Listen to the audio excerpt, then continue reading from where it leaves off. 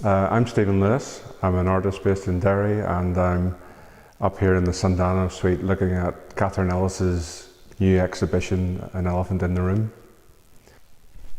It's an interesting time for people in this part of the world. It's 20 years on since the Good Friday Agreement, and we think we've moved on from a time of trouble and war into a time of peace and happiness and reconciliation.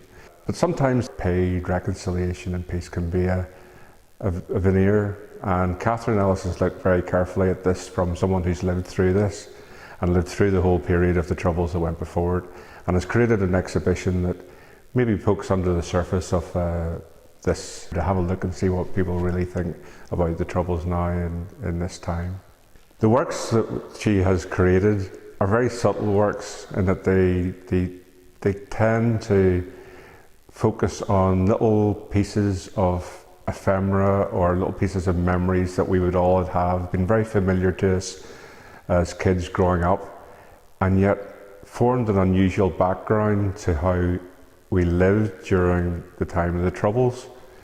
One of her pieces uses as a motif the concrete roadblocks that used to be dropped in place on hundreds of little border roads around the border, which was basically the front line of the Troubles. These blocks, called Dragon's Teeth, have a big concrete obelisk with little iron hoops for the cranes to drop them in, and she's created a wonderful little montage of this sort of mad maze of these things, and made tiny and cute and almost you want to pick up and sort of play with. And yet these things identified themselves as, this is the border between you and other people and you and another war. And whereas these objects are still probably out there in the fields and farms of Northern Ireland, they've kind of become forgotten. They've probably been overgrown. And then where she's been really clever, I think, is that she has taken exactly the same format, concrete casting and iron hoops, and she has transferred that over into another memory. She's made very similar objects that sit in a circle, but these are now handbags. These are handbags in the circle of a disco in the 1970s. But again, these are concrete blocks.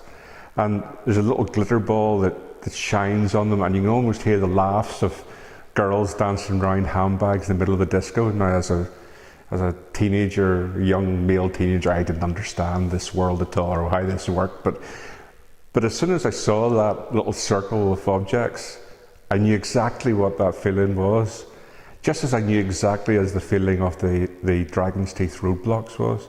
They were the background, everyday, ordinary people's scenery in this kind of mad time that we lived in. The clever thing that she does is that each of these pieces they're not blunt stories. It's not war is bad, peace is good, parties were fun, roadblocks were bad.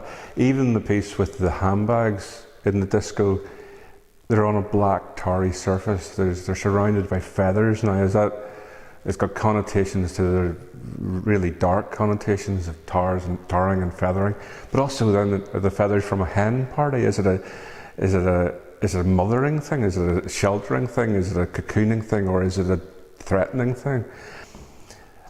Probably the most iconic piece in the work for me is a rope bridge handmade out of wire wool, and it spans across the gallery from blank wall to blank wall.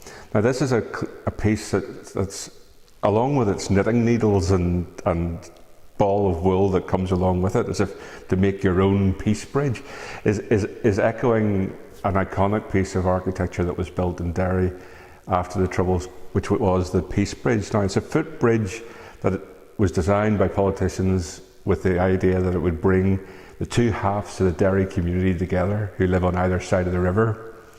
Now, Catherine overheard some typical Derry ladies to saying that there's no way you'd bring these two communities together unless you ripped them all out and then knitted them back together again. So that's how she's used that metaphor.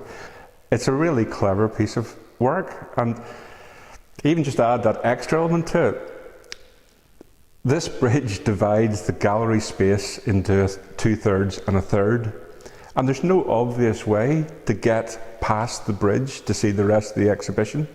You either stand looking over it, like we have done with divides in Ireland for years, or you have to make some sort of crawling effort to get to the other side, to understand what's on the other side.